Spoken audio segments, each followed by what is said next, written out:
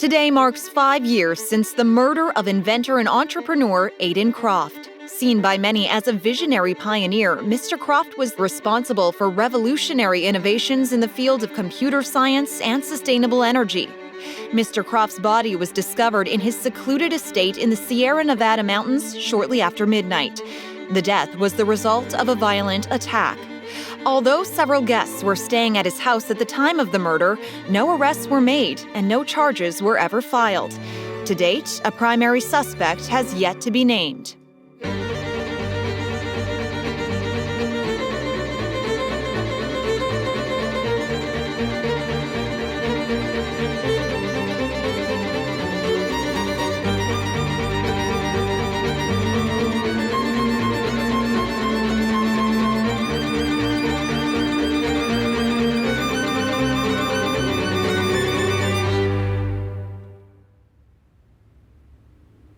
Episode 2. The Detective.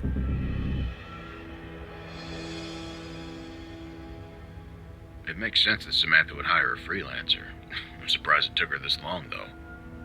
Did you speak with her often?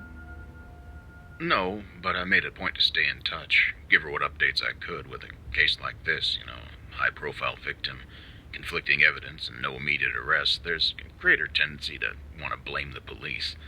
I wanted to assure her and the family that we were doing all we could. You don't mind if I record this, do you, Detective? Or is it Sergeant? Call me Jim. You said you were a PI? Oh, no. I'm a reporter. Well, I was a reporter. It's even worse. Police don't really talk candidly to reporters like this. Well, good thing we're both retired, right? Fair enough. Bill Hope gave me your number. I don't know if you remember him. From the Globe. He sent me some of his notes, but also suggested you might give me some background, since you were the lead investigator at the time. Bill Hope. How's he doing? Also retired. Well, you speak to him again, you tell him old Jim Hodge is still waiting on those beers he owes. Will do. So, what? What do you want to know? First, I'd like to know about the scene. Can you talk about what you saw when you arrived at the house? The scene? Sure. It was a mess. The victim was in a room on the second floor of the house. The body was face down several feet inside the lab door. There were 8 stab wounds in the upper back and a deep laceration in the throat. The victim was clothed but didn't have anything in the pockets. He wasn't really wearing any jewelry, no rings or watch, although there was a necklace underneath the body. A necklace? Yeah, a bead necklace. It was saturated in the victim's blood, so no prints. None of the guests claimed to recognize it. Anything else around the body? Yeah, a micro recorder. A micro recorder? Yeah, in his left hand. The victim used it to make notes for himself while in the lab. We think he was making one right before he died. I might have a copy of the message. There was only the one, and I'll send it to you if I can find it. What about the murder weapon? A steak knife, also beside the body. Fancy, but nothing special. It was part of the same set the guests had used earlier that night at dinner. Any prints? Just the wife's. Samantha? Really? Yeah, we all got excited too. At first. Well, evidently she'd picked it up when she ran in to check the body. All the others saw her do it. Stupid. But people do stupid things in those kind of situations. No one's thinking about the evidence, the crime scene. I saw in the photos there were blood streaks all over the lab. Mostly from the others. The guests who found it, I mean. Like I said, it was a mess. Forensic evidence had been tracked all over the lab and the house. All over the house? Yeah. Well, it took us several hours to get there because of the snow, and in that time, the guests had managed to track the crime scene everywhere. Oh, there was a lot of blood. We found it in the kitchen, the library, the dining room. Everywhere. Ugh. It was a pretty gruesome way to go. Throat cut and back stabbed. How do you make sense of that? Oh, but it wasn't the weirdest thing about the case. How's that? As Samantha told you about the cameras? Oh, yes. She said it proved no one else had gone into the lab that night. She said you checked them and they hadn't been tampered with. Oh, I did check them. The feed is an instantaneous upload to an encrypted cloud server, so no chance for manipulation. The only gaps are during the power outages. We reviewed the footage of the entire evening, and most of the nights the housekeeper going back and forth between the lab and the guests. I heard she was passing messages for Croft. Right. And then at 9:28 p.m., we see Croft himself open the door and leave his lab. Where did he go? Not sure. He left the entire east wing, that's all we know. He didn't have cameras elsewhere in the house, but at 10:08 p.m. he returns to the lab, after which point there's no other outages and no one else enters or exits. Well, not until the housekeeper finds the body. And she never enters the room. When I realized what that meant, I had my men tear that lab apart looking for another way in, a secret entrance, trapdoor, or passage of some kind. There was nothing. Not even a window.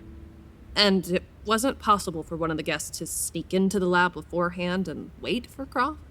Not a chance. If they'd killed Croft and left, we'd have him on camera.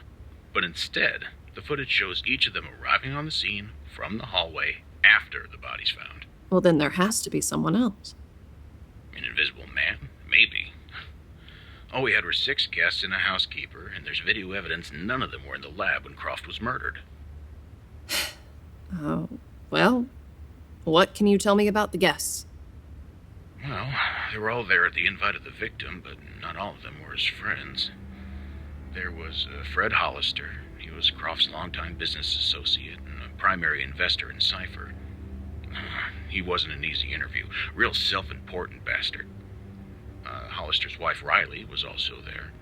I don't know if you heard of her, but she's supposed to be famous. Some kind of an actress or influencer, whatever. Well, she's half his age, so, you know. Martin Childress, he's the founder and CEO of Vantage Corp, a competitor to Cypher. Childress was a longtime rival of the deceased. They'd known each other since college. Then there's Casey Adams, a blogger and a freelance reporter for Techist out of San Francisco. He was there for some kind of an exclusive. And Aaron Waters. Air and Waters? wait, like the elements? Yeah, well, not quite as necessary in my opinion.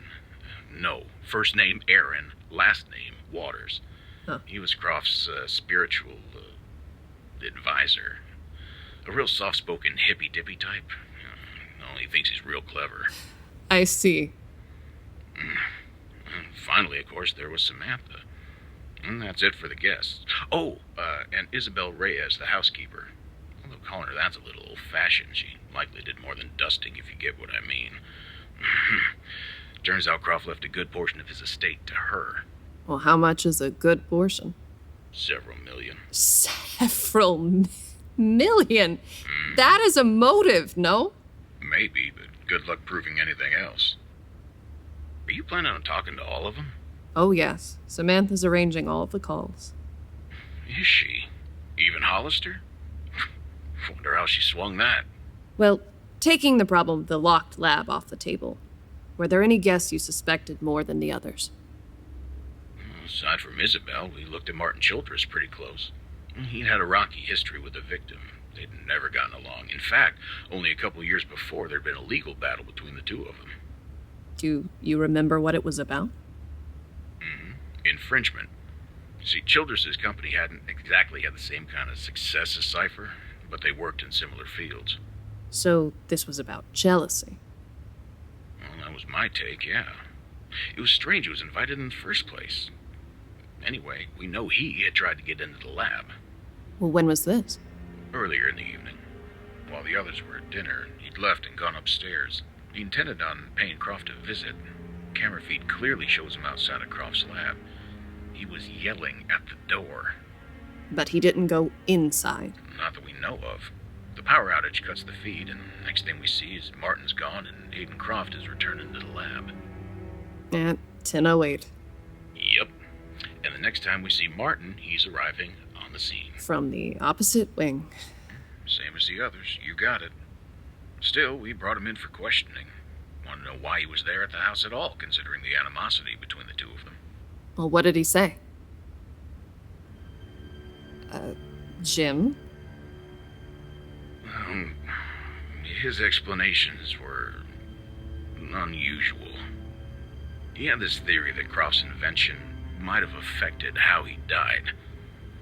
I'll say this, his ideas were creative, but didn't serve much use in a real-life police investigation. What does that mean? Might be better if you heard it from him. I'm just a dumb city cop anyway, right? I'll say this. You might want to brush up on your quantum physics. I don't follow. Never mind. Anyway, we leaned on him pretty hard, but ultimately we didn't have anything to link him to the scene, regardless of how much motive he might have had in wanting Croft dead. Charges were never even filed. I see. And what about the others? Well, I mean, we looked at all of them, but the more we dug in, the less it seemed to matter. No matter which one we looked at, we always ran into the same problem of the scene, the locked room.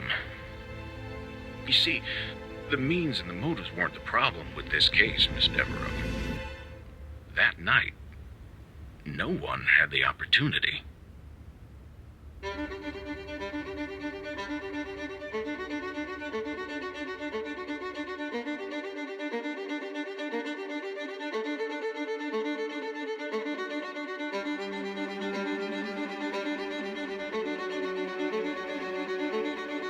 Seven Suspects is written, directed and produced by Jon Rolfe. Liz Devereaux is voiced by Chelsea Krause. Detective Hodges by Joe Shelton. The news anchor was Jill Sperling. Sound design and engineering by Randy Greer. The theme music is Cold String by Tiny Music. Shows like this and other audio drama isn't possible without support from our fans. More than anything, we appreciate you listening. If you've been enjoying so far, please take the time to rate the show on Apple, Spotify, or wherever you listen.